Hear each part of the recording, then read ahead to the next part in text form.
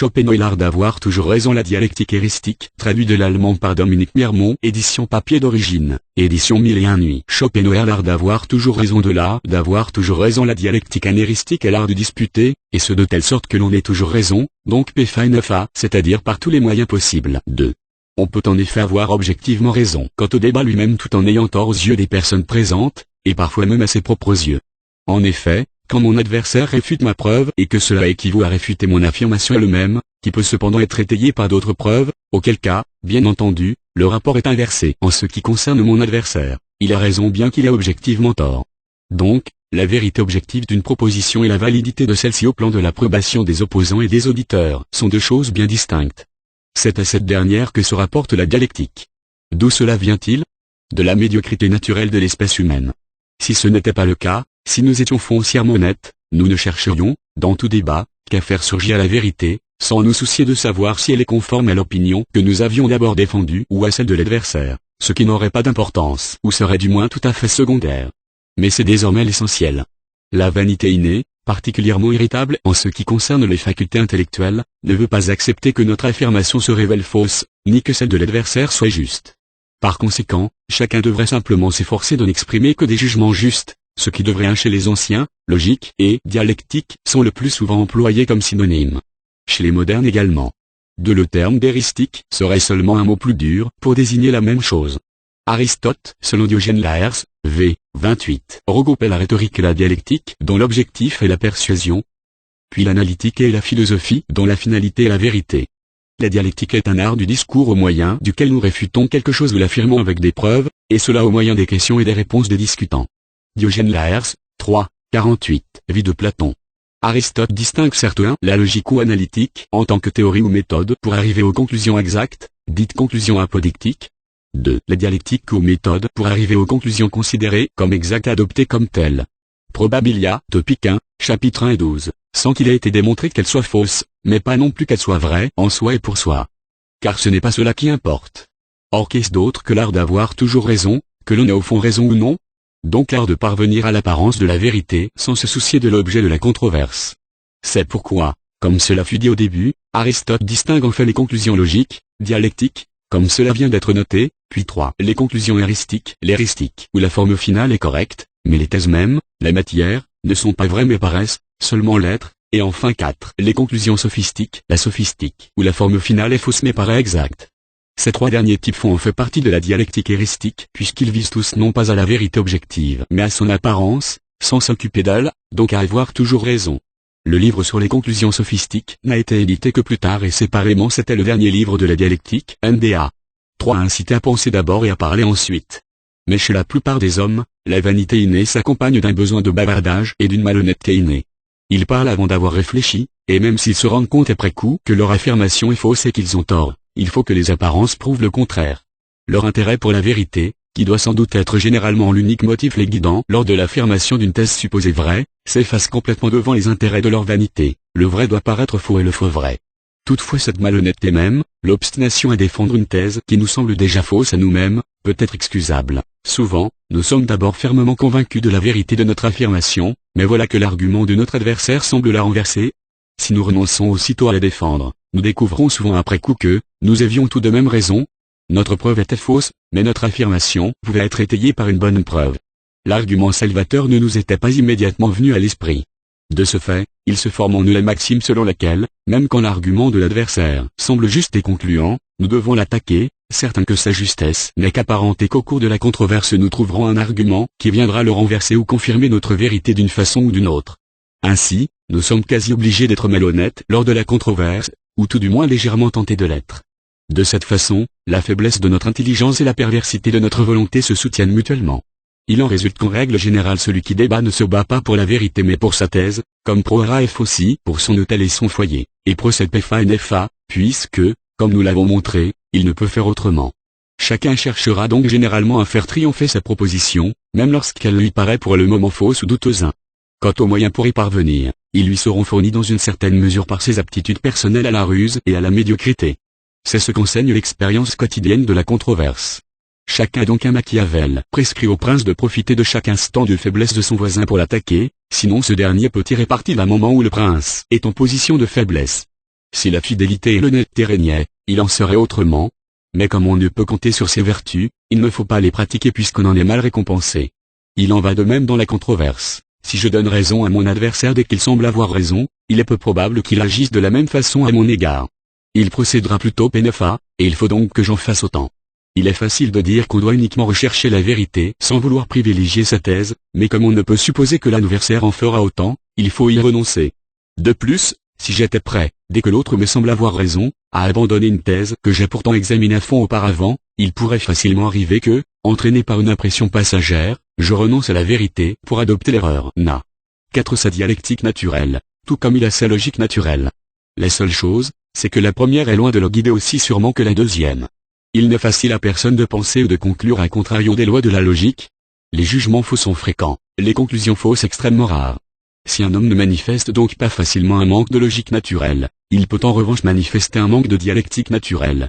C'est un don de la nature inégalement partagé, semblable en cela à la faculté de jugement, qui est très inégalement partagée, alors que la raison l'est à vrai dire équitablement. Car il arrive souvent que, bien que l'on ait raison, on se laisse confondre ou réfuter par une argumentation spécieuse, ou inversement, et celui qui sort vainqueur du débat doit bien souvent sa victoire non pas tant à la justesse de son jugement quand il soutient sa thèse, qu'à l'astuce et à l'adresse avec lesquelles il l'a défendue. Ici, comme dans tous les cas, c'est l'inné qui se révèle le meilleur conseiller. Cependant, en s'exerçant et en réfléchissant autour d'adresses susceptibles de renverser l'adversaire, ou souvent employées par lui pour renverser l'autre, on peut avoir de grandes chances de passer maître en cet art. Donc, même si la logique ne peut avoir d'utilité véritablement pratique, la dialectique peut, elle, en avoir. Il me semble aussi qu'Aristote a conçu sa logique proprement dite, l'analytique, essentiellement comme fondement et préparation de la dialectique, et que celle-ci était pour lui l'élément le plus important. La logique s'intéresse uniquement à la forme des thèses avancées, la dialectique à leur contenu ou à leur matière. C'est justement pour cela que l'examen de la forme, c'est-à-dire du général, doit précéder celui du contenu, c'est-à-dire du particulier. Aristote ne détermine pas l'objectif de la dialectique aussi précisément que je l'ai fait. Il indique certes comme but principal la controverse, mais également la recherche de la vérité. Plus tard, il répète que l'on traîne philosophiquement les thèses en fonction de la vérité, et dialectiquement en fonction de l'apparence ou de l'approbation, de l'opinion, des autres. Topic, I, chapitre 12. Il est certes conscient de la distinction très nette entre la vérité objective d'une thèse et la façon de l'imposer ou de la faire accepter. Cependant, il ne les distingue pas assez clairement pour n'assigner à la dialectique que cette dernière finalité. Et par ailleurs, dans son livre Les réfutations sophistiques, il se donne trop de mal pour distinguer la dialectique de la sophistique et de l'éristique. La différence serait que les conclusions dialectiques sont vraies sur le plan de la forme et du contenu, alors que les conclusions éristiques ou sophistiques sont fausses. Ces dernières diffèrent uniquement par leur finalité. Pour l'éristique, le but est d'avoir raison. Pour la sophistique, c'est le crédit que l'on peut en tirer et l'argent que l'on peut gagner de cette façon.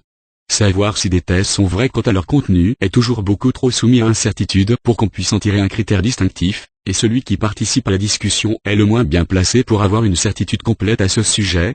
Même le résultat de la controverse nous éclaire mal sur ce point. Nous devons donc rassembler sous le terme de dialectique aristotélicienne la sophistique, l'éristique et la péirastique, et la définir comme l'art d'avoir toujours raison dans la controverse. Pour cela, le meilleur moyen est bien sûr en premier lieu d'avoir vraiment raison, mais vu la mentalité des hommes, cela n'est pas suffisant en soi, et vu la faiblesse de leur entendement ce n'est pas absolument nécessaire. Il faut donc y adjoindre d'autres stratagèmes qui, du fait même qu'ils sont indépendants de ce fait, les règles qu'ils lui fixent sont souvent mêlées à celles fixées à l'autre finalité.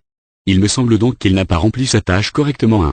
Pour fonder la dialectique en toute rigueur, il faut, sans se soucier de la vérité objective qui est à l'affaire de la logique, la considérer uniquement comme l'art d'avoir toujours raison, ce qui serait évidemment d'autant plus facile si l'on a raison quant au fond même du débat.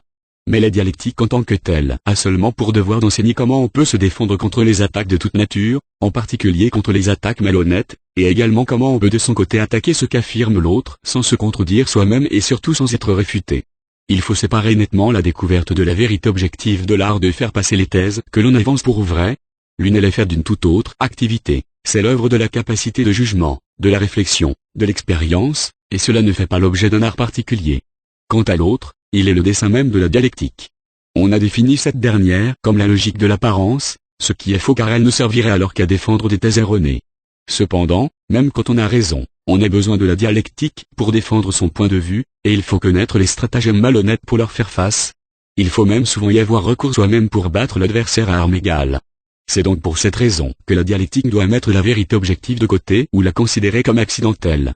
et il faut simplement veiller à défendre ses propositions et à renverser celles de l'autre. Dans les règles de ce combat, on ne doit pas tenir compte de la vérité objective parce qu'on ignore la plupart du temps où elle se trouve de. Souvent on ne sait pas soi-même si l'on a raison ou non. On croit souvent avoir raison alors qu'on se trompe, et souvent les deux parties croient avoir raison car veritas in puteo. La vérité et donc de la vérité objective peuvent aussi être utilisées quand on a objectivement tort. Quant à savoir si c'est le cas, on n'a presque jamais de certitude à ce sujet. Je pense donc que la dialectique doit être plus nettement distinguée de la logique que ne l'a fait Aristote. Il faudrait laisser à la logique la vérité objective, dans la mesure où elle est formelle, et limiter la dialectique à l'art d'avoir toujours raison. Mais il ne faudrait pas, contrairement à Aristote, séparer autant la dialectique de la sophistique et de l'éristique puisque cette différence repose sur la vérité objective matérielle dont nous ne pouvons rien savoir de précis à l'avance et sommes bien forcés de dire avec Ponce Pilate, qu'est-ce que la vérité? Car veritas in puteo. Maxime de Démocrite, Diogène Laërce 9, 72. On a beau jeu de dire que dans la controverse on ne doit viser à rien d'autre qu'à faire surgir la vérité. Le problème, c'est qu'on ne sait pas encore où elle se trouve et qu'on se laisse égarer par les arguments de l'adversaire et par les siens propres. Du reste, erreur intellecta, era verbissima facile, la chose avant été comprise, soyons clairs sur les mots. Puisqu'on a coutume de considérer globalement que le mot dialectique est synonyme de logique, nous allons appeler notre discipline dialectica eristica, dialectique éristique, ND. 1. Il faut toujours séparer soigneusement l'objet d'une discipline de celui des autres, ND. 2. Veritas in puteo. Formule de Démocrite, Diogène Laërce, 9, 72. Il arrive souvent que deux personnes se querellent et que chacune rentre chez elle avec l'opinion de l'autre. Elles ont échangé, ND. 6 au fond du puits, Démocrite. Au début de la controverse, chacun croit généralement avoir la vérité de son côté, puis les deux parties se mettent à douter, et c'est seulement la fin du débat qui doit révéler la vérité, la confirmer. Donc, la dialectique n'a pas à s'engager là-dedans, de même que le maître d'armes ne se pose pas la question de savoir qui avait raison lors de la querelle ayant provoqué le duel. Touché et paré, c'est cela qui importe. Il en va de même pour la dialectique qui est une joute intellectuelle. Si on lui la conçoit de façon aussi claire, elle peut être considérée comme une discipline autonome, car si nous nous fixons comme but la pure vérité objective, nous revenons à la simple logique. Si en revanche nous nous fixons comme but l'application de thèses fausses, nous sommes dans la pure sophistique. Et dans les deux cas on supposerait que nous savions déjà ce qui est objectivement vrai et faux. Or, il est rare que l'on puisse le savoir à l'avance avec certitude. Le vrai concept de la dialectique est donc celui qui a déjà été établi, joute intellectuelle, pour avoir toujours raison dans la controverse. Le terme d'éristique serait cependant plus correct, et le plus exact de tous serait sans doute celui de dialectique éristique, dialectica eristica. Elle est extrêmement utile, et c'est à tort qu'elle a été négligée dans les temps modernes. La dialectique ne devant donc être qu'un résumé et une description de ces tours d'adresse inspirés par la nature et que la plupart des hommes, quand ils s'aperçoivent que la vérité n'est pas de leur côté dans la controverse, utilisent pour avoir quand même raison, il serait tout à fait inopportun, dans le domaine de la dialectique scientifique, de vouloir tenir compte de la vérité objective et de sa mise en lumière puisque ce n'est pas le cas dans cette dialectique originelle et naturelle dont le seul objectif est d'avoir raison. La dialectique scientifique, telle que nous la concevons, a par conséquent pour principale mission d'élaborer et d'analyser les stratagèmes de la malhonnêteté dans la controverse afin que, dans les débats réels, on puisse les reconnaître immédiatement et les réduire à néant.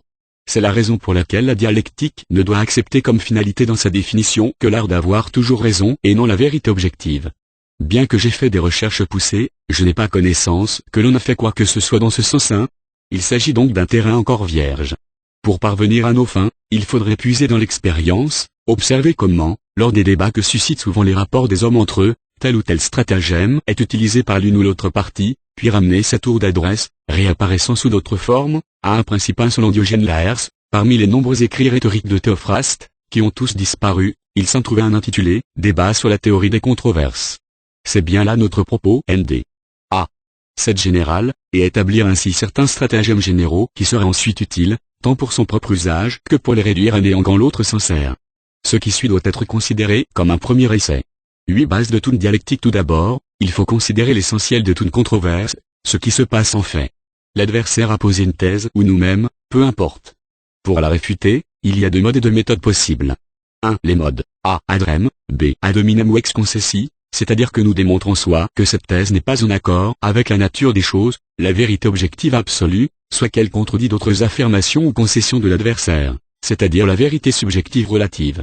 Dans le dernier cas, il ne s'agit que d'une preuve relative qui n'a rien à voir avec la vérité objective. 2. Les méthodes A. Réfutation directe, B. Indirecte. La réfutation directe attaque la thèse dans ses fondements, l'indirecte dans ses conséquences. La directe démontre que la thèse n'est pas vraie, l'indirecte qu'elle ne peut pas être vraie. 1. En cas de réfutation directe, nous pouvons faire deux choses. Soit nous démontrons que les fondements de son affirmation sont faux, nego majorem, minorem. Soit nous admettons les fondements, mais nous démontrons que l'affirmation ne peut en résulter, nego consequentiam. Nous attaquons donc la conséquence, la forme de la conclusion. 2. En cas de réfutation indirecte, nous utilisons soit la conversion, soit l'instance.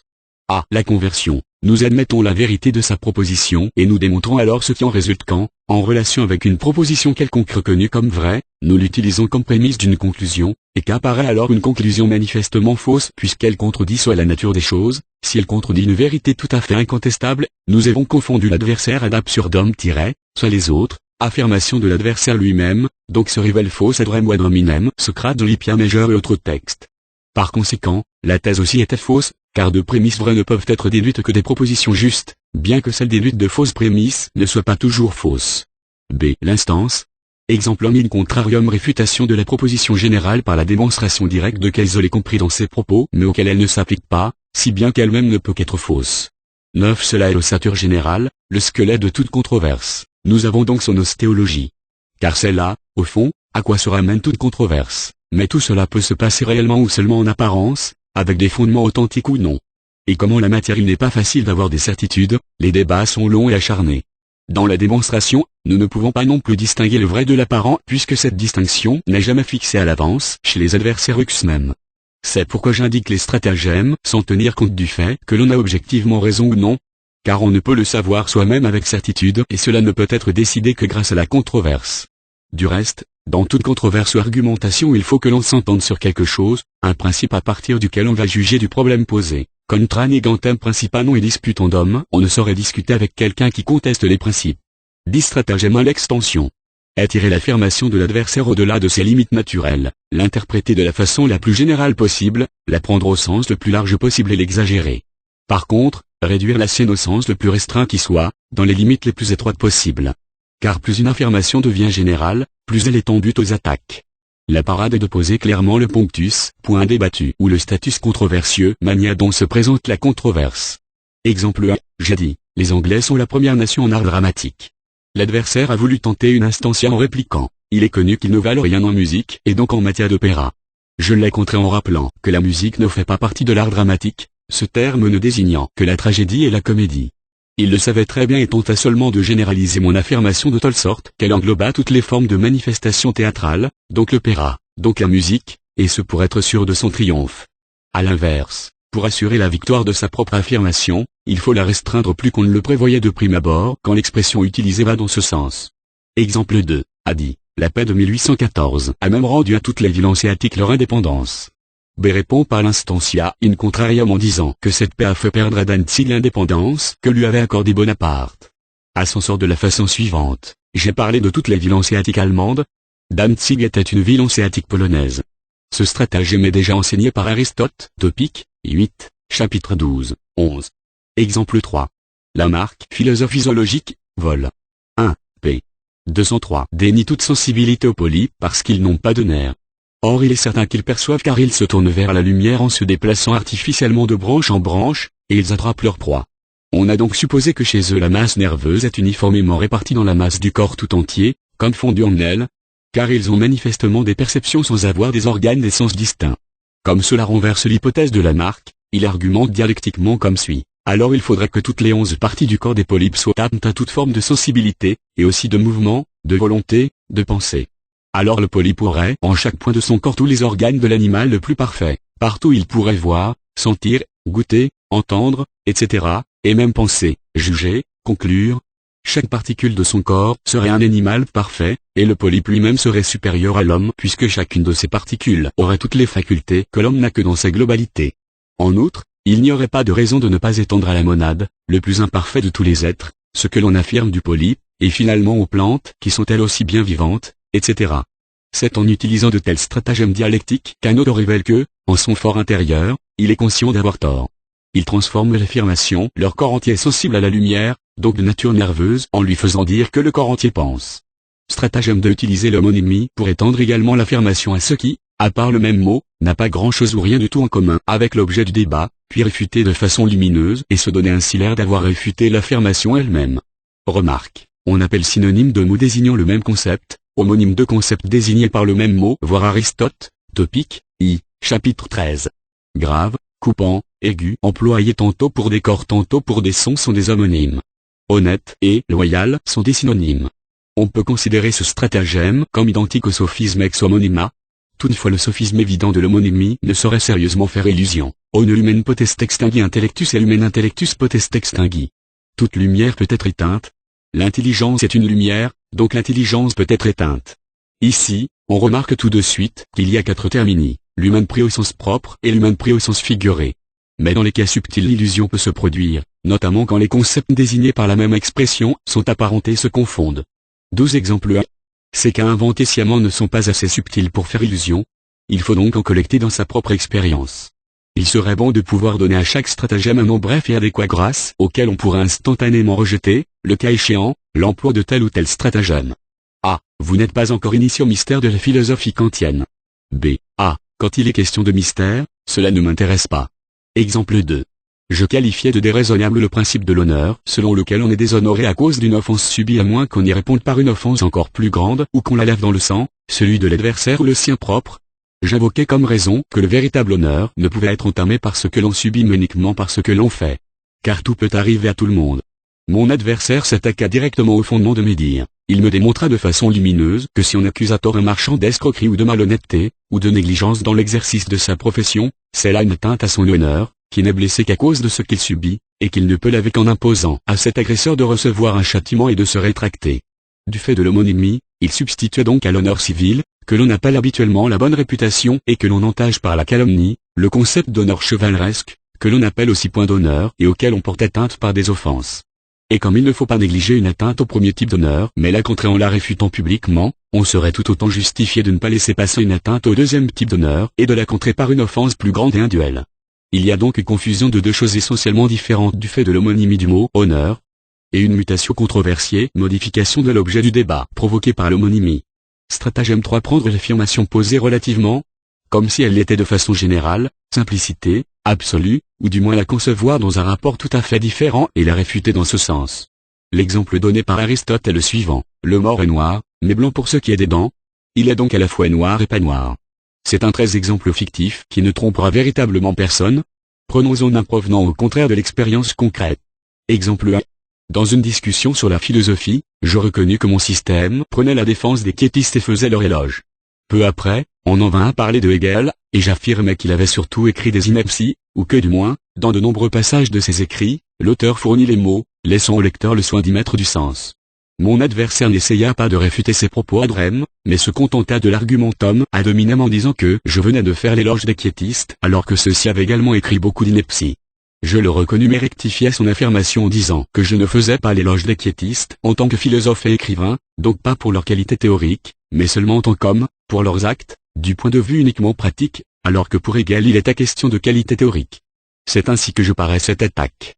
Les 3 premiers stratagèmes sont proches. Ils ont en commun le fait que l'adversaire parle en réalité d'autre chose que de l'affirmation posée. On commettrait donc une ignoratio elenchi, ignorance du moyen de réfutation, si on laissait l'autre vous envoyer promener de cette façon. Car dans tous les exemples donnés, ce que dit l'adversaire est vrai. Ce n'est pas vraiment en contradiction avec ma thèse, mais seulement en apparence.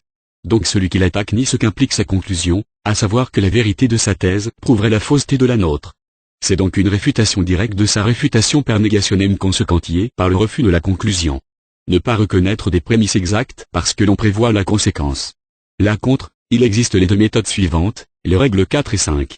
Stratagème 4. Quand on veut arriver à une conclusion, il ne faut pas les laisser prévoir mais obtenir discrètement qu'on en admette les prémices en disséminant celles-ci au cours de la conversation, sinon l'adversaire tentera toutes sortes de manœuvres.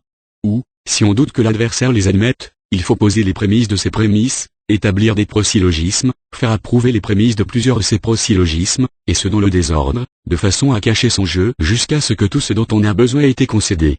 14. Aristote indique ces règles dans les Topiques 8, chapitre 1 R. Il n'est pas besoin de donner des exemples.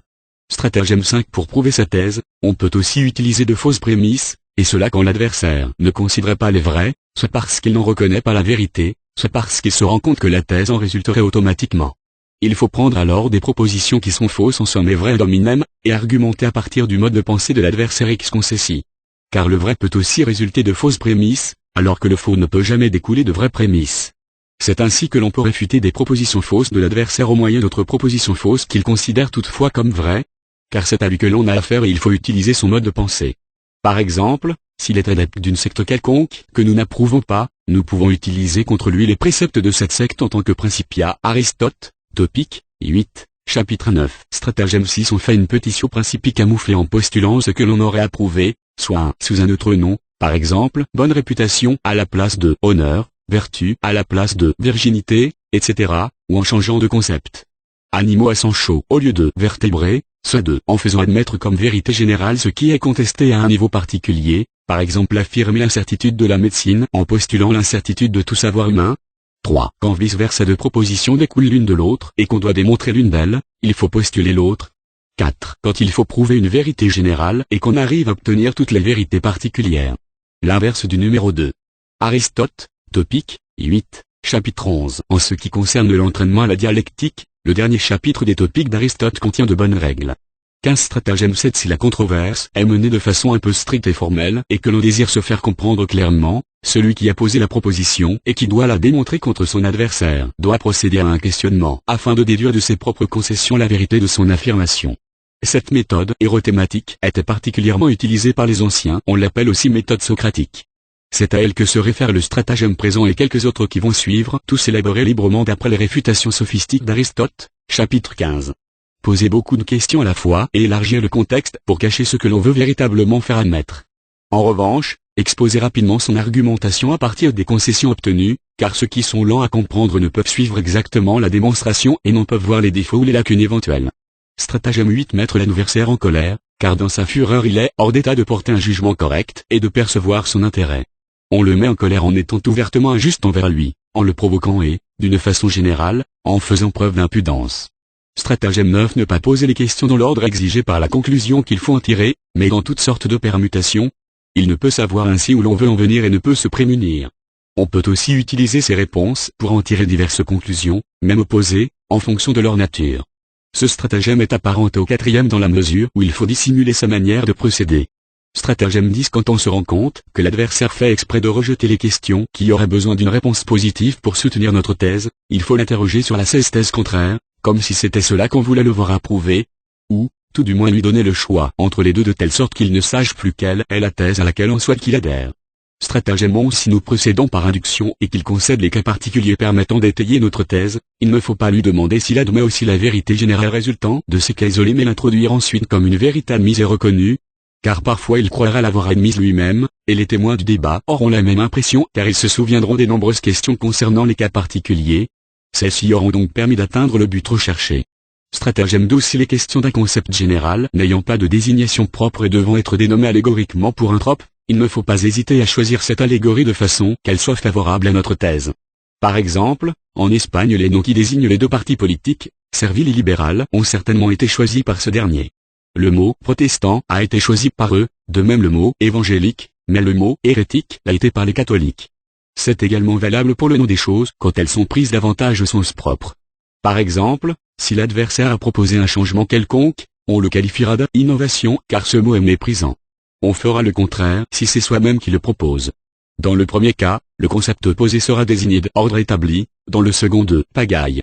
Ce qu'une personne dépourvue de toute préméditation et de parti pris appellerait par exemple culte ou religion officielle, celui qui est favorable utilisera les mots piété, ferveur et leur adversaire bigoterie, superstition. Au fond, c'est là une subtile pétitio principii. Ce que l'on veut démontrer, on le met à l'avance dans le mot, dans la désignation, d'où il émerge ensuite grâce à un jugement purement analytique. Quand l'un dit se mettre à l'abri, mettre en lieu sûr, son adversaire dira enfermer. Un orateur trahit souvent à l'avance ses intentions par les noms qu'il donne aux choses. L'un dit clergé et l'autre les curetons. De tous les stratagèmes, c'est celui-ci qui est le plus 17 souvent employé, instinctivement. Prosélytisme égale fanatisme. Faux pas ou escapade égale adultère. Équivoque égale obscénité. Mal emploi égale ruiné. Influence et relation égale corruption et népotisme. Sincère reconnaissance égale bonne rémunération. Stratagème 13. Pour faire en sorte qu'il accepte une thèse, nous devons lui en présenter le contraire et lui laisser le choix, mais nous devons énoncer ce contraire de façon si violente que l'adversaire, s'il ne veut pas cultiver l'art du paradoxe, est obligé d'approuver notre thèse qui, en comparaison, paraît tout à fait probable. Par exemple, il doit reconnaître que chacun doit faire tout ce que son père lui dit. Nous lui demandons alors, faut-il en toute chose désobéir ou obéir à ses parents? Ou si à propos d'une chose il est dit souvent, nous lui demandons si par ce mot on entend quelques cas ou beaucoup de cas, et il dira beaucoup. C'est comme quand on met du gris à côté du noir, on dirait du blanc, et si on le met à côté du blanc, on dirait du noir.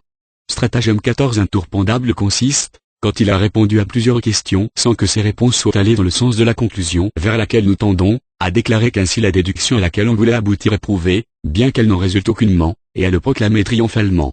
Si l'adversaire est timide ou stupide et qu'on a soi-même beaucoup d'audace et une bonne voix, cela peut très bien marcher. Cela relève du fallacia non causé de causer, faire passer pour une raison ce qui n'en est pas une. Stratagème 15. Si nous avons posé une thèse paradoxale que nous avons du mal à démontrer, il faut présenter à l'adversaire n'importe quelle proposition exacte, mais d'une exactitude pas tout à fait évidente, afin qu'il l'accepte ou la rejette, comme si c'était de là que nous voulions tirer notre démonstration. S'il la rejette par méfiance, nous le confondons d'absurdum et triomphons, mais s'il l'accepte, c'est que nous avons tenu des propos raisonnables, et nous 18 pouvons voir venir la suite. Ou bien nous ajoutons le stratagème précédent et affirmons alors que notre paradoxe est démontré. Il faut pour cela être d'une extrême impudence, mais il y a des gens qui pratiquent tout cela de façon instinctive.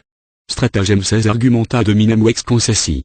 Quand l'adversaire fait une affirmation, nous devons chercher à savoir si elle met pas d'une certaine façon, et ne serait-ce qu'en apparence, en contradiction avec quelque chose qu'il a dit ou admis auparavant, ou avec les principes d'une école ou d'une secte dont il a fait l'éloge, ou avec les actes des adeptes de cette secte, qu'ils soient sincères ou non, ou avec ses propres faits et gestes. Si par exemple il prend parti en faveur du suicide, il faut s'écrier aussitôt, pourquoi ne te pends-tu pas? Ou bien s'il affirme par exemple que Berlin est une ville désagréable, on s'écrie aussitôt, pourquoi ne pars-tu pas par la première diligence? On arrivera bien d'une façon ou d'une autre à trouver une manœuvre. Stratagème 17. Si l'adversaire a une parade qui nous met dans l'embarras, nous pourrons souvent nous tirer d'affaire grâce à une distinction subtile à laquelle nous n'avions pas pensé auparavant, si tant est que l'objet du débat admet une double interprétation ou deux cas distincts.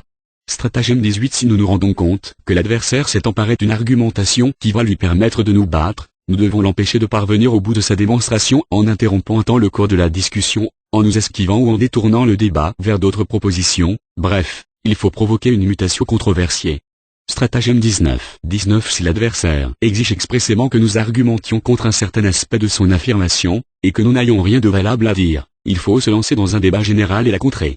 Si nous devons dire pourquoi une certaine hypothèse physique n'est pas fiable, nous parlerons du caractère fallacieux du savoir humain et l'illustrerons par toutes sortes d'exemples.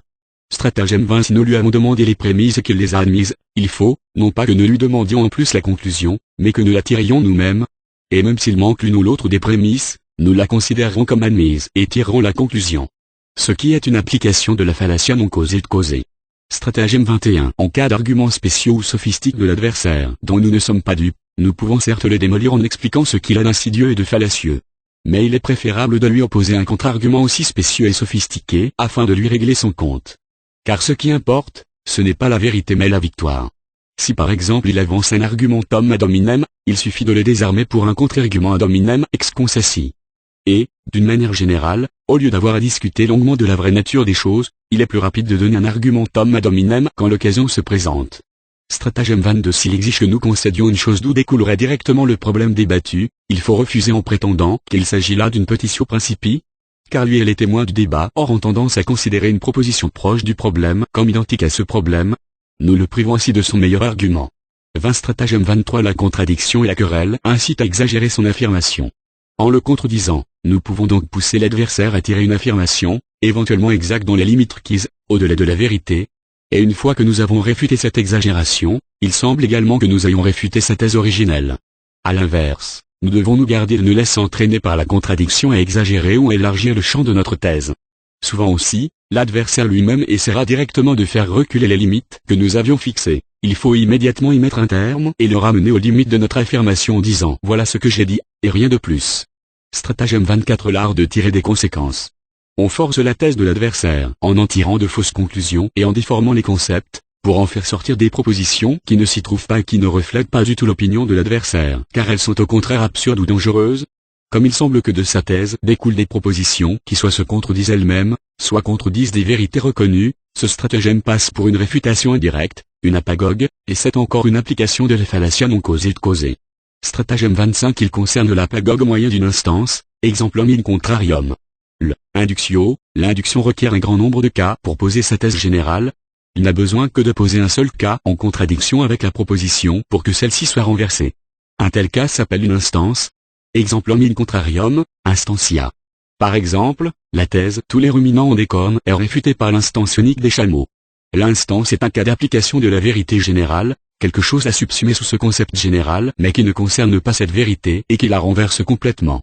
Cependant les choses peuvent être trompeuses, il faut donc veiller au point suivant quand l'adversaire recourt à des instances. 1. L'exemple est-il vraiment exact? Il y a des problèmes 21 dont la seule solution véritable est que le cas posé est inexact, par exemple, de nombreux miracles, les histoires de fantômes, etc. 2. Relève-t-il vraiment du concept de la vérité posée? Ce n'est souvent le cas qu'en apparence, et la question ne peut être résolue qu'en faisant une nette distinction. 3. Est-il vraiment en contradiction avec la vérité posée? Cela aussi n'est souvent qu'une apparence. Stratagème 26. Une technique brillante est la rétorsion argumentique quand l'argument qu'il veut utiliser à ses fins peut être encore meilleur si on le retourne contre lui.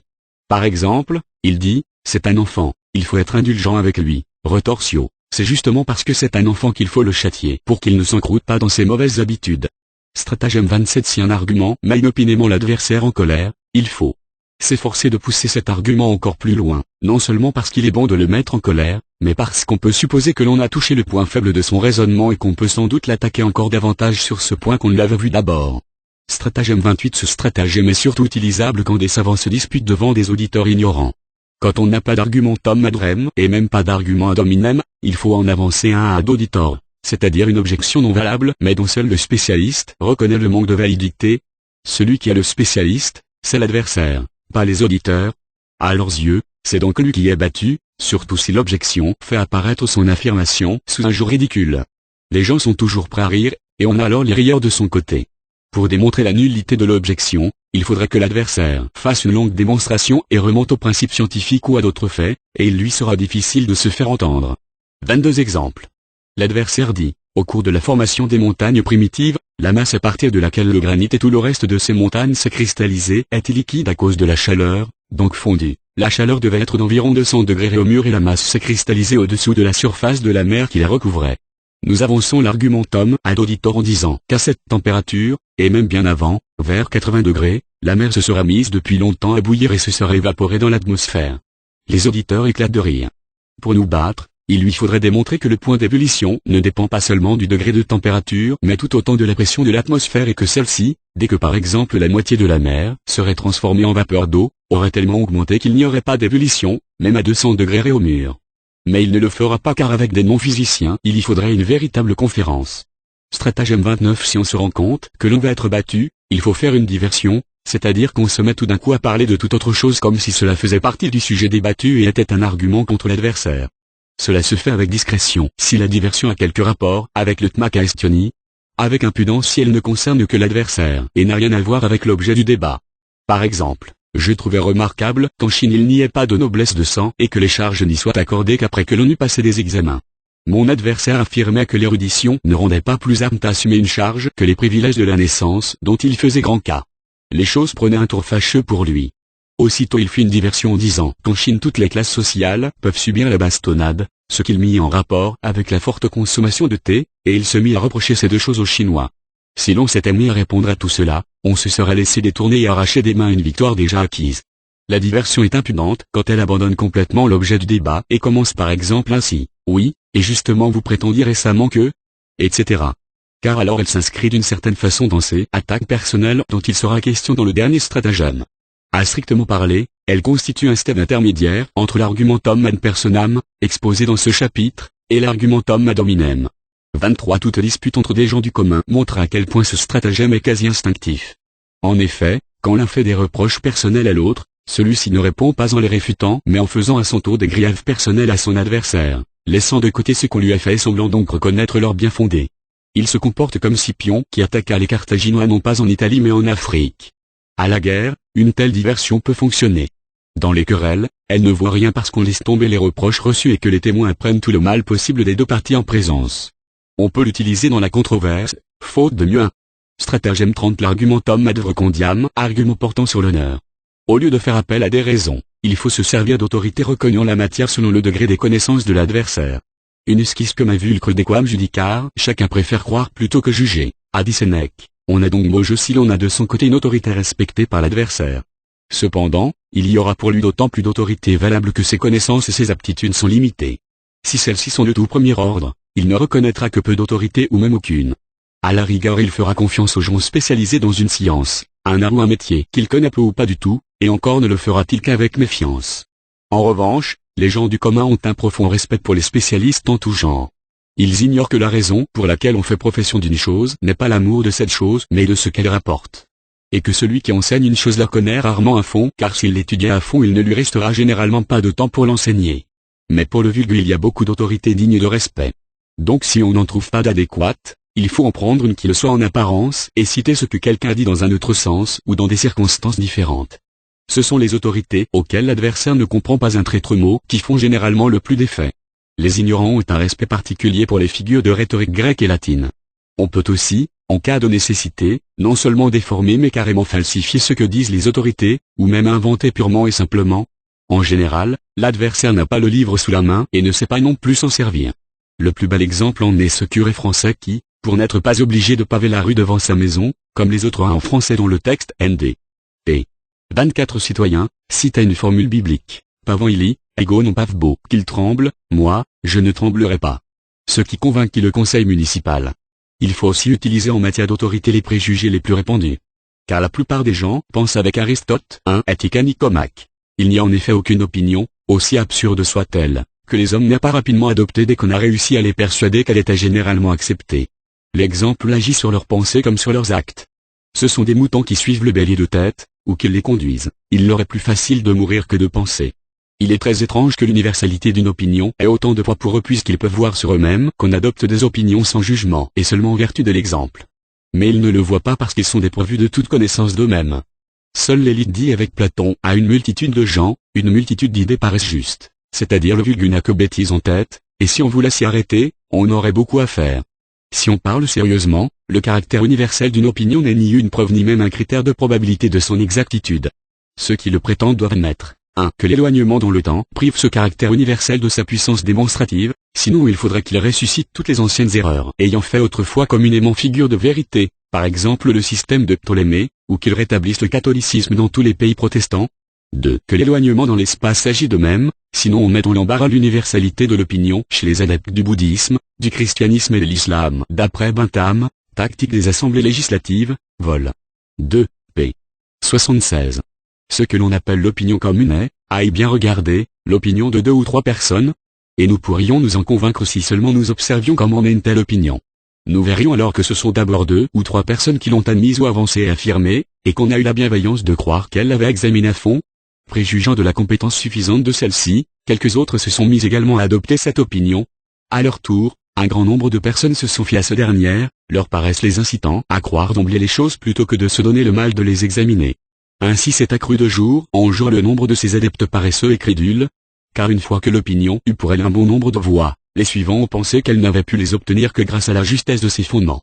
Les autres furent alors contraints de reconnaître ce qui était communément admis pour ne pas être ce qui paraît juste à une multitude. Nous disons que c'est vrai. N.D. P. 25 considérés comme des esprits inquiets insurgents contre des opinions universellement admises, et comme des impertinents se croyant plus malins que tout le monde. Adhérer devint alors un devoir. Désormais, le petit nombre de ceux qui sont capables de juger est obligé de se taire, et ceux qui ont le droit de parler sont ceux qui sont absolument incapables de se forger une opinion et un jugement à eux, et qui ne sont donc que l'écho des opinions d'autrui. Ils en sont cependant des défenseurs d'autant plus ardents et plus intolérants. Car ce qu'ils détestent chez celui qui pense autrement, ce n'est pas tant l'opinion différente qu'ils prônent que l'outrecuidance qu'il y a à vouloir juger par soi-même, ce qu'ils ne font bien sûr jamais eux-mêmes, et dont ils ont conscience dans leur fort intérieur. Bref, très peu de gens savent réfléchir, mais tous veulent avoir des opinions. Que leur reste-t-il d'autre que de les adopter telles que les autres les leur proposent au lieu de se les forger eux-mêmes? Puisqu'il en est ainsi, que vaut l'opinion de 100 millions d'hommes? Autant que, par exemple, un fait historique attesté par 100 historiens. Quand on prouve ensuite qu'ils ont tous copié les uns sur les autres et qu'il apparaît ainsi que tout repose sur les dires d'une seule personne, d'après Bell, Pensée sur la comète, vol. 1. p. 10. Dicoengo, Tunisie, et ce Nick Dixieil, dictac post toti, nil nisi dictavid. Je le dis, tu le dis, mais lui aussi l'a dit. Après que cela a été dit tant de fois, on ne voit rien que des dires. Néanmoins, on peut, quand on se querelle avec des gens du commun, utiliser l'opinion universelle comme autorité. D'une manière générale, on constatera que quand 2 esprits ordinaires se querellent, ce sont des personnalités faisant autorité qu'ils choisissent l'un et l'autre comme arme, et dont ils se servent pour se taper dessus. Si une tête mieux faite a affaire à quelqu'un de ce genre, le mieux est qu'il accepte de recourir lui aussi à cette arme, en la choisissant en fonction des faiblesses de son adversaire. Car, comparé à l'arme des raisons, celle-ci est, ex hypothèse par hypothèse, un Siegfried blindé, plongé dans les flots de l'incapacité à penser et à juger. Au tribunal, on ne se bat en fait que par autorité interposée, à savoir l'autorité bien établie des lois. La tâche du pouvoir judiciaire est de découvrir la loi, c'est-à-dire l'autorité applicable dans le cas en question. Mais la dialectique a suffisamment de champ d'action car, si c'est nécessaire, le cas traité et une loi, qui ne vont en réalité pas ensemble, peuvent être déformés jusqu'à ce qu'on les juge concordants, ou l'inverse. 26 Stratagème 31. Si on ne sait pas quoi opposer aux raisons exposées par l'adversaire, il faut, avec une subtile ironie, se déclarer incompétent. Ce que vous dites là dépasse mes faibles facultés de compréhension. C'est peut-être tout à fait exact, mais je n'arrive pas à comprendre et je renonce à tout jugement. De cette façon, on insinue, face aux auditeurs qui vous apprécient, que ce sont des inepties. C'est ainsi qu'à la parution de la critique de la raison pure, ou plutôt dès qu'elle commença à faire sensation, de nombreux professeurs de la vieille école éclectique déclarèrent « Nous n'y comprenons rien », croyant pour là lui avoir réglé son compte. Mais quand certains adeptes de la nouvelle école leur prouvèrent qu'ils avaient raison et qu'ils n'y comprenaient vraiment rien, cela les mit de très mauvaise humeur. Il ne faut utiliser ce stratagème que quand on est sûr de jouir auprès des auditeurs d'une considération nettement supérieure à celle dont jouit l'adversaire. Par exemple, quand un professeur s'oppose à un étudiant. À vrai dire, cette méthode fait partie du stratagème précédent et consiste, de façon très malicieuse, à mettre sa propre autorité en avant au lieu de fournir des raisons valables. La contre-attaque est alors de dire « Permettez, mais vu votre grande capacité de pénétration, il doit vous être facile de comprendre. » Tout cela est dû à la mauvaise qualité de mon exposé, et de lui ressasser tellement la chose qu'il est bien obligé, nolin volin, bon gré mal gré, de la comprendre, et qu'il devient clair qu'il n'y comprenait effectivement rien auparavant. Ainsi on a rétorqué. Il voulait insinuer que nous disions des bêtises, nous avons prouvé ça, sottise. Tout cela avec la plus parfaite des politesses. Stratagème 32. Nous pouvons rapidement éliminer ou du moins rendre suspecte une affirmation de l'adversaire opposée à la nôtre en la rangeant dans une catégorie exécrable, pour peu qu'elle s'y rattache par similitude ou même très vaguement. Par exemple, c'est du manichéisme, c'est de l'arianisme, c'est du pélagianisme, c'est de l'idéalisme, c'est du spinozisme, c'est du panthéisme, c'est du brownianisme, c'est du naturalisme, c'est de l'athéisme, c'est du rationalisme, c'est du spiritualisme, c'est du mysticisme, etc. En faisant cela, nous supposons deux choses. 1. Que l'affirmation en question est réellement identique à cette catégorie, ou au moins contenue en elle, et nous 27 écrions donc « Oh ». Nous sommes au courant. Et 2. Que cette catégorie est déjà totalement réfutée et ne peut contenir un seul mot de vrai. Stratagème 33. C'est peut-être vrai en théorie, mais en pratique c'est faux. Grâce à ce sophisme, on admet les fondements tout en rejetant les conséquences. En contradiction avec la règle, a rationem rationatum velle consequentia, la conséquence tirée de la raison première valide le raisonnement. Cette affirmation pose une impossibilité, ce qui est juste en théorie doit aussi l'être en pratique. Si ce n'est pas le cas, c'est qu'il y a une erreur dans la théorie, qu'on a omis quelque chose, qu'on ne l'a pas fait entrer en ligne de compte. Par conséquent, c'est également faux en théorie. Stratagème 34. Si l'adversaire ne donne pas une réponse directe à une question ou à un argument, mais se dérobe au moyen d'une autre question ou d'une réponse indirecte, ou même essaie de détourner le débat, c'est là la preuve évidente que nous avons touché un point faible, parfois sans le savoir. De sa part, c'est une façon relative de se taire. Il faut donc insister sur le point où nous avons mis le doigt et ne pas laisser l'adversaire tranquille, même lorsque nous ne voyons pas encore en quoi consiste au juste la faiblesse que nous avons décelée. Stratagème 35. Qui, dès qu'il est praticable, rend tous les autres superflus. Au lieu d'agir sur l'intellect par des raisons, il faut agir sur la volonté par des mobiles, et l'adversaire ainsi que les auditeurs, s'ils ont les mêmes intérêts que lui, seront aussitôt gagnés à notre opinion, même si celle-ci venait tout droit d'un asile de fous. Car en général une once de volonté pèse plus lourd qu'un quintal d'intelligence et de conviction. Cela ne marche il est vrai que dans des circonstances particulières. Si l'on peut faire sentir à l'adversaire que son opinion, si elle était valable, causerait un tort considérable à ses intérêts, il la laissera tomber aussi vite qu'un fer rouge dont il se serait imprudemment emparé. Par exemple, un ecclésiastique soutient un 28 dogmes philosophiques. Il faut lui faire remarquer que celui-ci est en contradiction directe avec un dogme fondamental de son Église, et il le laissera tomber. Un propriétaire terrien prétend qu'en Angleterre le machinisme est remarquable puisqu'une machine à vapeur fait le travail de plusieurs ouvriers. Il faut lui faire comprendre que bientôt les voitures, elles aussi, seront tirées par des machines à vapeur, ce qui fera beaucoup baisser le prix des nombreux chevaux de son rat, et on verra bien. Dans de tels cas, le sentiment de chacun obéit à la maxime, quam temurinus me legem sensimus iniquam. Quelle témérité à proclamer une loi qui se retourne contre nous? Même chose si les auditeurs font partie de la même secte que nous, de la même corporation, du même corps de métier, du même club, etc., mais pas l'adversaire.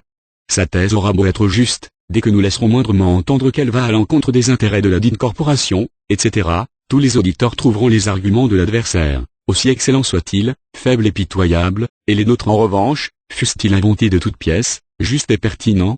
En cœur, ils prendront bien nos partis pour nous, et l'adversaire tout honte battra en retraite. Les auditeurs croiront même le plus souvent avoir choisi selon leur plus pure conviction. Car ce qui nous est défavorable paraît généralement absurde à l'intellect. Intellectus luminici qui non est, etc. L'intellect n'est pas le fait d'une lumière blême. Ce stratagème pourrait s'intituler « Attaquer l'arbre par la racine ». On l'appelle d'ordinaire l'argumentum ab utili. Stratagème 36 déconcerté, stupéfier l'adversaire par un flot insensé de paroles. Ce stratagème est fondé sur le fait que, habituellement l'homme croit, s'il n'entend que des paroles, qu'il doit s'y trouver aussi matière à réflexion. Si donc il a secrètement conscience de ses propres faiblesses, s'il est habitué à entendre toutes sortes de choses qu'il ne comprend pas tout en faisant semblant de les comprendre, on peut lui en imposer en lui débitant d'un air très sérieux des bêtises qui ont un air savant ou profond, à tel point qu'il est incapable d'entendre, de voir et de penser, et qu'on les fait passer pour la preuve la plus irréfutable qui soit de sa propre thèse. Comme on le sait, quelques philosophes ont récemment, face au public allemand, utilisé ce stratagème avec le 29 plus brillant succès. Mais puisque exemplatio odiosa, les exemples sont haïssables, nous prendrons un exemple plus ancien chez Goldsmith dans Le Vicaire de Wakefield, p. 34. Stratagème 37, qui devrait être l'un des premiers.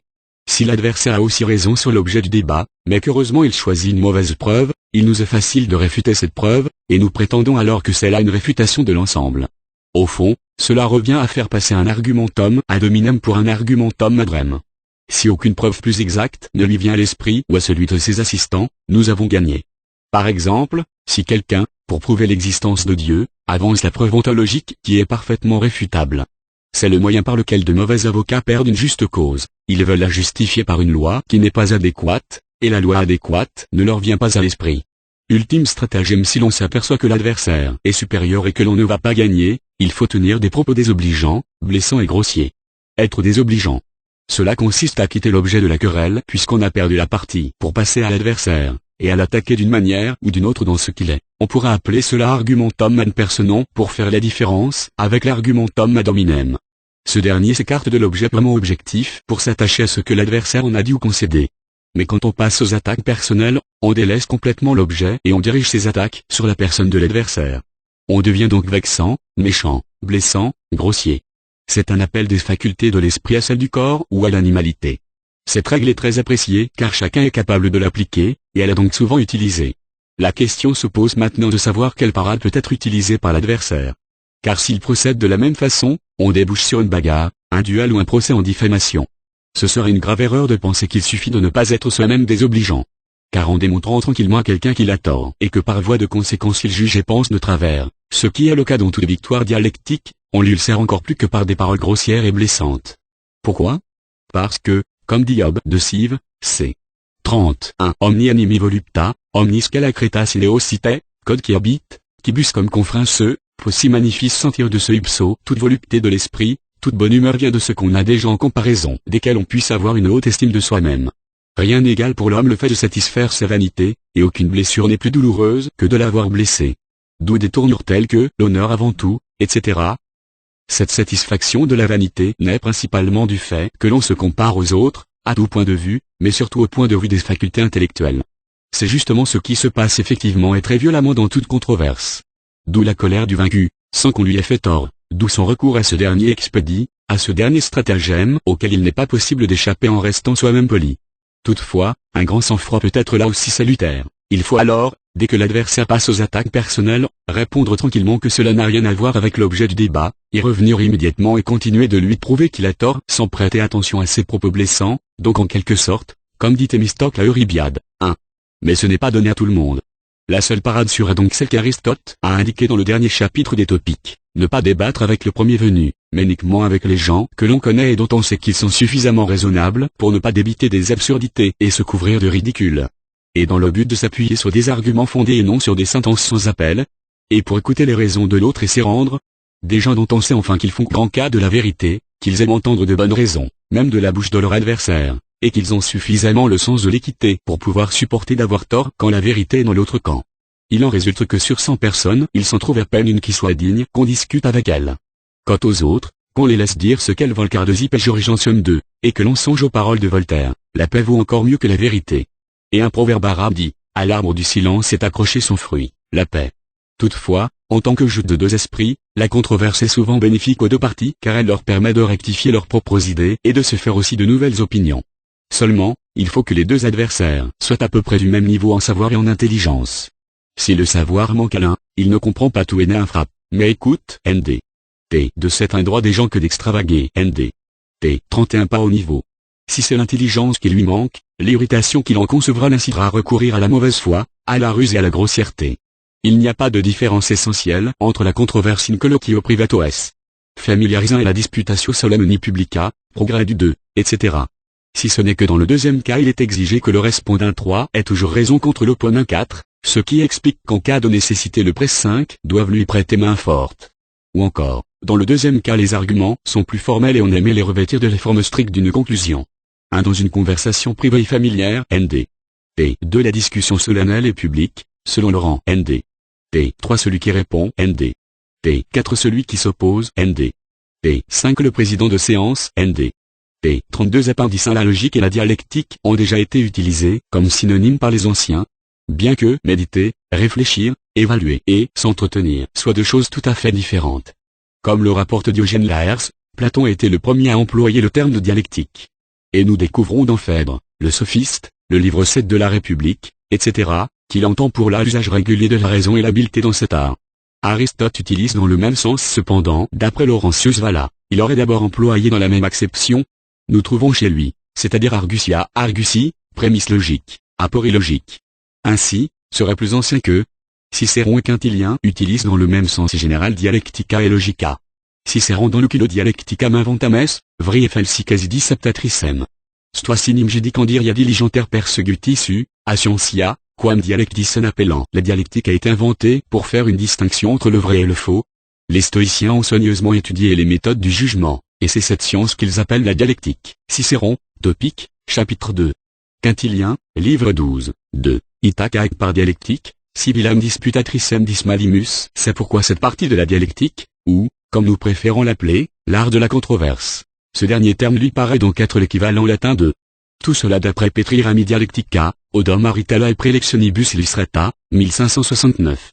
Cette façon d'employer les termes de logique et de dialectique comme synonymes s'est également maintenue au Moyen-Âge et à l'époque moderne, jusqu'à aujourd'hui. Cependant, on a récemment, Kant en particulier, assez souvent utilisé le mot dialectique dans un sens péjoratif signifiant art sophistique de la controverse, et de ce fait on a préféré le terme logique considéré comme plus innocent. Toutefois ces deux mots signifient originellement la même chose, et au cours de ces dernières années on les a considérés de nouveau comme synonymes. 33 appendice 2. Il est regrettable que les termes dialectique et logique aient de tout temps été utilisés comme synonymes et que je ne sois donc pas vraiment libre de séparer leur signification, comme je le voudrais, et de définir la logique, de méditer, calculer, et de la parole et la raison, qui sont inséparables, comme la science des lois de la pensée, c'est-à-dire la démarche de la raison, et la dialectique, de s'entretenir. Or, tout entretien communiquant soit des faits, soit des opinions, il est historique ou délibératif. Comme l'art de la controverse, ce mot étant pris dans son sens moderne. Il est manifeste que la logique a donc un objet définissable purement a priori, sans adjonction empirique. Les lois de la pensée, la démarche de la raison, démarche que celle-ci adopte quand elle est livrée à elle-même, donc dans la réflexion solitaire et sereine d'un être raisonnable que rien ne viendrait égarer. La dialectique, en revanche, traiterait de la communauté de deux êtres raisonnables qui par conséquent pensent ensemble, ce qui fait que dès qu'ils ne sont pas au même diapason il en résulte une controverse, c'est-à-dire une joute intellectuelle. S'ils étaient raison pure, ces deux individus devraient être des corps. Leurs divergences sont dues à la diversité, trait essentiel de l'individualité, et sont donc un élément empirique. La logique, la science de la pensée, c'est-à-dire de la démarche de la raison pure, pourrait donc être fondée a priori. La dialectique ne pourrait l'être en grande partie qu'a posteriori, à partir de la connaissance empirique des troubles subis par la pensée pure à cause de la diversité des individualités, quand deux êtres raisonnables pensent ensemble, et des moyens que les individus utilisent l'un contre l'autre, chacun voulant imposer sa pensée personnelle comme pensée pure et objective. Car il est inhérent à la nature humaine que, lors d'une réflexion commune, c'est-à-dire communication d'opinion, à l'exclusion des discussions historiques, si elle se rend compte que les pensées de B concernant le même objet sont différentes des siennes, il ne révise pas sa propre pensée pour y trouver l'erreur, mais suppose que celle-ci se trouve dans la pensée de l'autre. C'est-à-dire que l'homme, par sa nature, veut toujours avoir raison, et ce qui résulte de cette caractéristique, C'est ce qu'enseigne la discipline que je voudrais appeler la dialectique, mais que, pour éviter tout malentendu, j'appellerais dialectique éristique. Elle serait donc la doctrine de la démarche inspirée par la certitude d'avoir raison qui est dans la nature de tout être humain. 34 appendice 3 dans les topiques, Aristote s'est attelé, avec son esprit scientifique coutumier, à fonder la dialectique de façon extrêmement méthodique et systématique, ce qui mérite notre admiration même si l'objectif, qui est ici évidemment pratique, n'a pas été vraiment atteint. Après avoir examiné dans les analytiques les concepts, les jugements et les conclusions sous l'angle de leur seule forme, il passe ensuite au contenu qui ne concerne à vrai dire que les concepts puisque c'est en eux qu'il existe. Les thèses et les conclusions ne sont en soi que pure forme, les concepts étant leur contenu. Sa démarche est la suivante. Toute controverse a à sa base une thèse ou un problème ne se distinguant que par la forme, et ensuite des propositions censées servir à le résoudre. Il s'agit là toujours du rapport des concepts entre eux. Ces rapports sont d'abord au nombre de 4. En effet, on cherche à propos d'un concept 1, sa définition ou 2, son genre ou 3, sa marque distinctive, sa caractéristique principale, proprium, ou 4, son accident, c'est-à-dire une propriété quelconque, qu'elle lui appartienne en propre et exclusivement ou non, bref, un prédicat. C'est à l'un de ces rapports qu'il faut ramener le problème de toute controverse.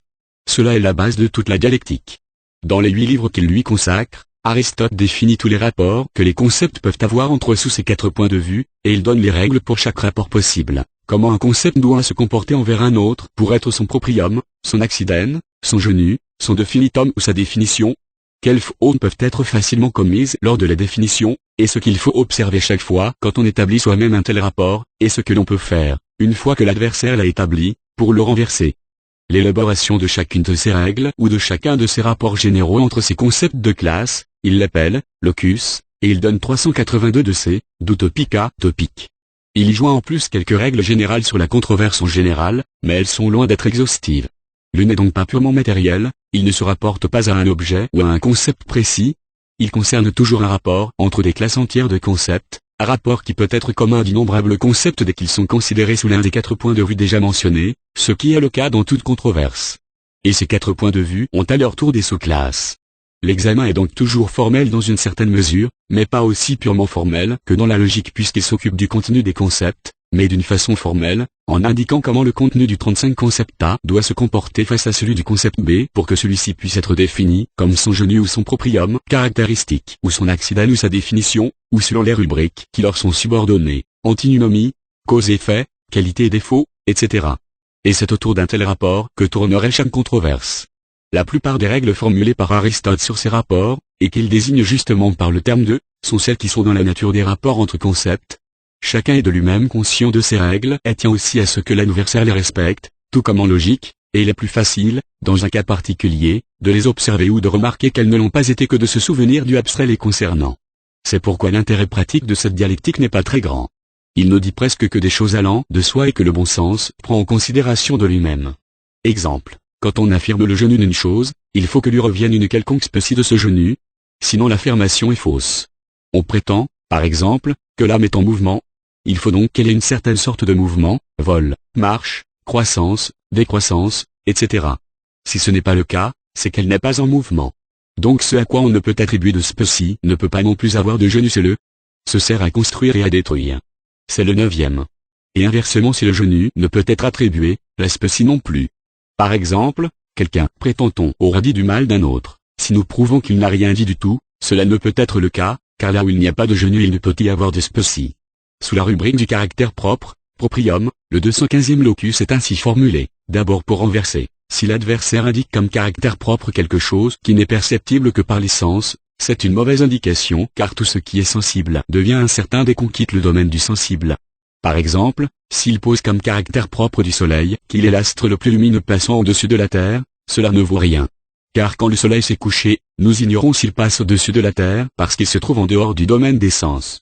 Ensuite pour construire, on donne correctement un caractère propre si on en pose un qui n'est pas reconnu par les sens, ou dont la présence est une nécessité, au cas où il serait reconnu par les sens. Par exemple, si l'on indique comme caractère propre de la surface qu'elle est d'abord colorée, c'est là, certes, une caractéristique sensible, mais cette caractéristique est évidemment permanente donc juste. Voilà qui pourra vous donner une idée de la dialectique d'Aristote. Elle ne me semble pas atteindre son but, et j'ai donc essayé de m'y prendre autrement. Les topiques de Cicéron sont une imitation de celle d'Aristote, faite de mémoire, extrêmement superficielle et pauvre. 36 Cicéron n'a pas la moindre notion claire de ce qu'est la nature et la finalité d'un topus. Aussi radote-t-il ex ingenio selon son idée en faisant toute une salade abondamment pimentée d'exemples juridiques. L'un de ses plus mauvais textes. Mais les concepts peuvent être subsumés sous certaines classes telles que le genre et l'espèce, la cause et l'effet, la qualité et son contraire, la possession et la privation, etc. Et ces classes sont régies par quelques règles générales, les loci. Par exemple, un locus de la cause et de l'effet, la cause de la cause et cause de l'effet. Application, la cause de mon bonheur est ma richesse, donc celui qui m'a donné ma richesse est aussi l'auteur de mon bonheur. Les loci de l'opposition, 1. Ils s'excluent l'un l'autre, par exemple, droit et tordu. 2. Ils sont dans le même sujet, par exemple, l'amour siège dans la volonté, donc la haine aussi. Mais si celle-ci se trouve dans le siège du sentiment, alors l'amour aussi. Si l'âme ne peut être blanche, elle ne peut non plus être noire. Si le degré inférieur manque, le degré supérieur aussi. Si un homme n'est pas juste, il n'est pas non plus bienveillant. Vous voyez donc que les loci sont certaines vérités générales qui touchent des classes entières de concepts auxquels on peut se référer dans les cas particuliers qui se présentent pour y puiser ces arguments et aussi pour s'en réclamer comme de vérités évidentes pour tous. Cependant la plupart des loci sont fort trompeurs et soumis à de nombreuses exceptions. Par exemple, un locus dit, les choses opposées ont des rapports opposés, par exemple, la vertu est belle, le vice est laid, l'amitié est bienveillante, l'hostilité malveillante. Mais alors, le gaspillage est un vice, donc l'avarice une vertu. Les fous disent la vérité, donc les sages mentent. Cela ne va pas. La mort est disparition, donc la vie naissance. Faux. Exemple du caractère trompeur de cette utopie. Squarigène dans son traité de prédestination, chapitre 3, vous réfutez les hérétiques qui supposaient en Dieu deux prédestinations, l'une pour le salut des élus, l'autre pour la damnation des réprouvés, et utilisent dans ce but le topus suivant, Pridio seu, omnium, question inter se contraria, incest theorum causa inter se contraria. Unam même donc que causam diversa, inter se contraria effis ratio prohibe. Pour toutes les choses qui s'opposent, il faut qu'il y ait des causes opposées. En effet, la raison interdit qu'une seule et même cause produise des effets divers mais opposés. Soit. Mais l'expérience adossait, l'expérience enseigne que la même chaleur durcit l'argile et ramollit la cire, et sans chose de ce genre. Et pourtant le topus semble plausible. Mais sa démonstration, il l'édifie tranquillement sur ce topus, et elle ne nous concerne plus. 37 Sous le titre Corboni et Mali, Bacon de Verulam a constitué toute une collection de lotis avec leurs réfutations. Ils doivent faire office d'exemple. Il les appelle sophismata. On peut aussi considérer comme un locus l'argument par lequel Socrate, dans le banquet, répond à Agathon, qui avait attribué à l'amour les plus grandes qualités qui soient, comme la beauté, la bonté etc., et lui prouve le contraire, ce que l'on cherche, on ne l'a pas. Or l'amour cherche le beau et le bon, donc il ne les a pas. Il y aura apparemment certaines vérités générales applicables à tout et grâce auxquelles on pourra décider de tous les cas qui se présentent, aussi divers soient-ils pris séparément, sans s'occuper davantage de ce qu'ils ont de spécial. La loi de la compensation est un très bon locus. Seulement, c'est impossible parce que les concepts sont nés justement du fait que l'on fait abstraction des différences et qu'ils comprennent donc les choses les plus diverses, ce qui ressort quand, à l'aide des concepts, on rapproche les choses les plus diverses et qu'on ne tranche que d'après les concepts supérieurs. L'homme a même naturellement tendance, quand il est en mauvaise position dans la controverse, à se réfugier derrière un quelconque topus général. Les loci sont aussi les lex parsimoniis naturae, loi de l'économie de la nature.